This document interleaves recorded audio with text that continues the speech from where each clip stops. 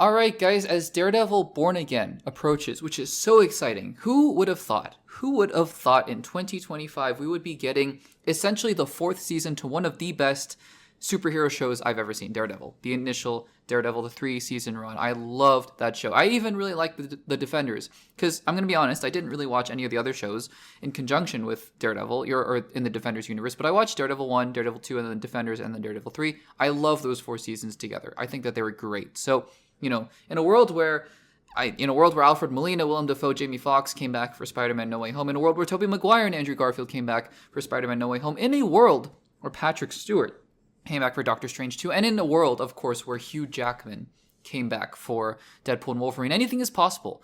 But Charlie Cox coming back for Daredevil, first in Spider-Man No Way Home as Matt Murdock, then in She-Hulk Attorney at Law, then a little bit in Echo, and now finally in Daredevil Born Again is such an exciting thing. It is so exciting. And they're ramping up the press.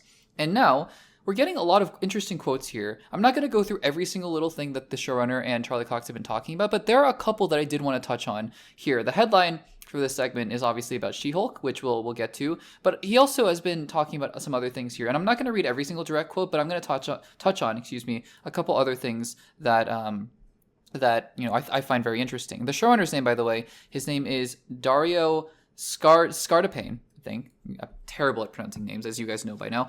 Dario Scardapane. And so he's been, touching on a lot of different aspects of the show. So first of all, what he said, and I'm not going to read the direct quotes here, but he's talked about the fact that they're actually going to go much darker than the Netflix version, which is interesting because the Netflix version is pretty dark to begin with. So whatever that means, I'm not entirely sure, to be honest with you, but we'll have to see what that looks like as well. And then, they talk about the fact that this has been well documented by now, that Daredevil Born Again, originally an 18-episode season, was going to be more of a procedural, even a lawyer crime or courtroom kind of procedural, and it just wasn't working, And so Charlie Cox, I believe the word that he or the showrunner used was U-turn. They did a U-turn, basically. And they talk about that. And I think that that's interesting in its own right. Maybe eventually we can talk about that, especially once we see the show. And maybe if we see the show, we can be like, oh, yeah, like that, definitely kind of seems like they course corrected for the better.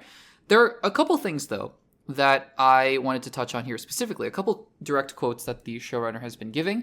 The latter one is about She-Hulk, obviously, and Daredevil's place with She-Hulk. And I think it touches on some interesting things about the collaborative and maybe even restrictive nature of working within the MCU. But I also wanted to touch on this quote first, because he, in this interview, the Scardapane is talking about, the MCU and how Daredevil Born Again is connected to the MCU, but they wanted to tell their own story. And so he says, I'm going to read this first quote here, and we're going to talk about it, and then we're going to talk about the She-Hulk stuff. So this first quote says, quote, "They've moved Matt through other corners of the MCU, and now he's back in his own story. I don't want to give anything away, but you're going to see a character in our show you never thought you would. But they get folded into the story in a manner that is organic and exists in our world. New York, in the current state of the MCU, has a lot of stuff going on." Okay, so I think that that's interesting. And actually, a lot of people seem to be pointing to the fact that we might actually know who this character is. There was a rumor, and I don't know if this rumor was directly corroborated by any of the major sources, but it seemed like it was a big enough rumor that it's, there's enough credence to it, that Tony Dalton's Swordsmaster, Jack Duquesne, in Hawkeye, is going to be making an appearance in the show. So people have been thinking that's a random MCU character that might have some ties here. Let's face it, right? His were they married? I don't remember. His ex-wife or ex-fiance Eleanor Bishop was working for Kingpin, so there is actually a connection there if you think about it. Not to mention the fact that he's in New York supposedly. Maybe Kate Bishop shows up. I don't know. Could happen. So I think that is definitely a possibility. There could be other possibilities as well. Doesn't seem like it's She-Hulk. Doesn't seem like it's Spider-Man.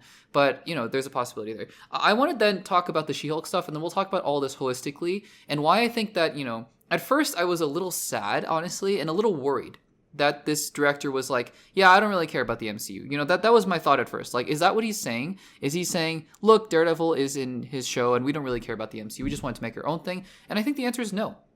Honestly, I think the answer is no. I think that first quote kind of corroborates that and says, yeah, we're thinking about the MCU.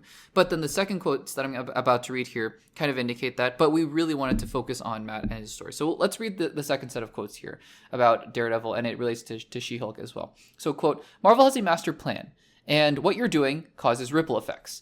I would pitch the show, or I would pitch stuff very early, and I would hear that they had other plans. I have plenty of leeway up until I hit the larger scale plan for the MCU, so I try to ignore some stuff from the wider universe. We establish a very specific Daredevil, both in terms of his dilemma, down to the suit, and where we're picking him up in his life. You can say that Daredevil is canon in the MCU.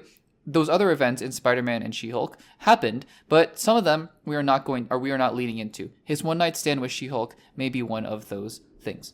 Okay, so I have mentioned before that one of the things I would actually, I actually would have liked to have seen is a reference to She-Hulk. I actually even speculated when I did my trailer breakdown or trailer reaction to the first trailer for Daredevil Born Again. I was like, what if Tatiana Maslany just shows up as Jennifer Walters and has a little cameo in the show? That doesn't seem like it's happening. And I was a little sad at first. And I honestly, like I said, a little bit worried because I was like, is the showrunner just basically saying, I don't really care about the MCU? Because look, I love Daredevil. And I love the fact that it was pretty isolated from the rest of, everything else going on.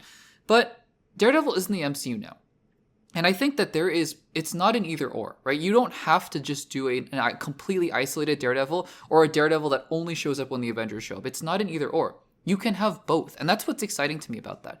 And I'm all for focusing on consistency of story, quality of story. And Daredevil Born Again looks very standalone, from what I see. And that's great. That is awesome, right? Like, Daredevil Born Again does not need to be the Captain America Civil War of the Disney Plus MCU shows. It just doesn't, right? And it doesn't need to be a Thunderbolts. It doesn't need to be, a Cap 4 where Red Hulk is showing up and Leader and whatnot. It doesn't have to be. It can be a Wilson Fisk and Matt Murdock story. That's great. But also, I think just to outright ignore everything else that came before, it feels a little disingenuous to me, honestly. And so that was what I was thinking going into this. Because again, headlines can be deceiving.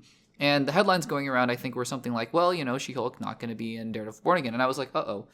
And I think after hearing the explanation here, I think it's fine. Because what I'm getting from Scarlet Pain is that, no, he actually has a very good understanding of the fact that this is a Daredevil who, yes, is in his own corner of the world. Much like how after the Avengers, Iron Man would go off and do Iron Man 3, Thor would go off and do Thor the Dark World, much to the chagrin of many audience members who were like, there's a giant spaceship in the middle of London. Why aren't the Avengers there?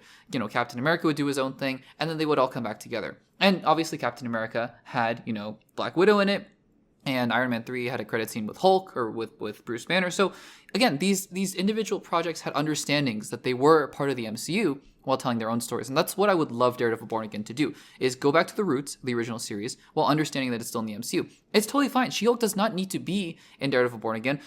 I also, though, on the flip side, I'm like, well, why don't, what's the harm in referencing it in a one-line little thing? Like, Daredevil's talking to Foggy, and Foggy's like, hey, so what have you been up to? And he's like, yeah, I took a trip to New York or to LA, and I met a girl, thought it would work out, didn't really work out. Like, there's no harm in doing that. But again, whatever. It's whatever if they don't want to address it. But I think the fact that the showrunner is like, no, we are going to have some characters from the MCU, or at least a character from the MCU show up here, and we're just not going to ignore everything that goes on. And there are constraints, right? There are those constraints of, hey, I wanted to do some things, but it was going to butt up in the plans of the wider MCU, so I didn't. And we ended up making a great show. I think is actually encouraging. It shows that there is still a collaboration going on at Marvel. And yeah, I mean, maybe it's restrictive, but it's only restrictive, I think, insofar as it just doesn't work. Like, if Daredevil Born Again comes out and it's terrible, and then the showrunner comes out and he's like, yeah, I wanted to do a bunch of stuff and they just wouldn't let me.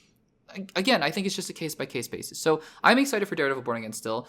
A little bummed that we won't even be getting a reference to She-Hulk, which, I don't know, one line would have been fine. But again, I think it's still encouraging that the showrunner seems to get it, that this is a show that takes place in the MCU, but it's going to be very much its own thing. I think that is very, very exciting as well. So what do you think about these comments here that, we're not going to be referencing Spider-Man No Way Home or She-Hulk Attorney at Law in terms of Daredevil? Let me know what you think about that in the comments down below.